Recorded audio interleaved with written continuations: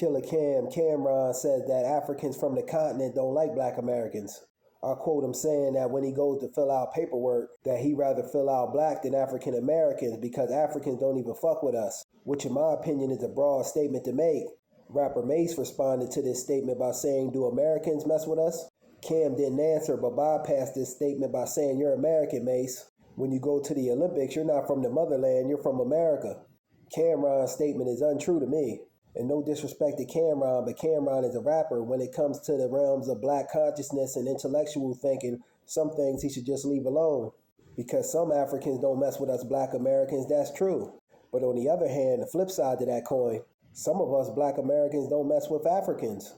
It should be a collective part on the side of both parties, the African and the black Americans, to come together and understand each other's cultures. Because let's be honest, we're extended family, both leaves off the same tree. You can get mad with me and say that this ain't true, but let you go ahead and take a DNA test, and I bet it proves beyond a shadow of a doubt that you are African. Some black Americans want to say they everything else but African, and that's not my standpoint.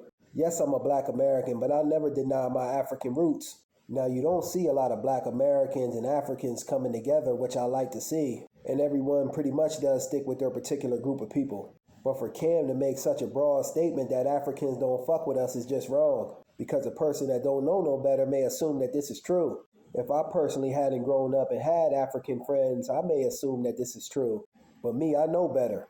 One of my best friends growing up was an African. Me, I personally think that black people, no matter where they from, are stronger together than apart.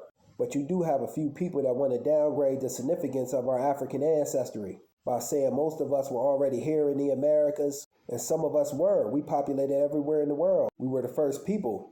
And in saying that most of us were here in the Americas, it's kind of downplaying Africa and the transatlantic slave trade and the atrocities we suffered as a people due to the slave trade. Some people would like to paint the picture that the transatlantic slave trade never happened, and it did happen in great numbers.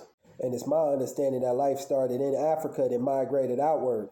It's important that we as black people never forget that African link, because in doing so, that's cutting us off from parts of ourselves and our history.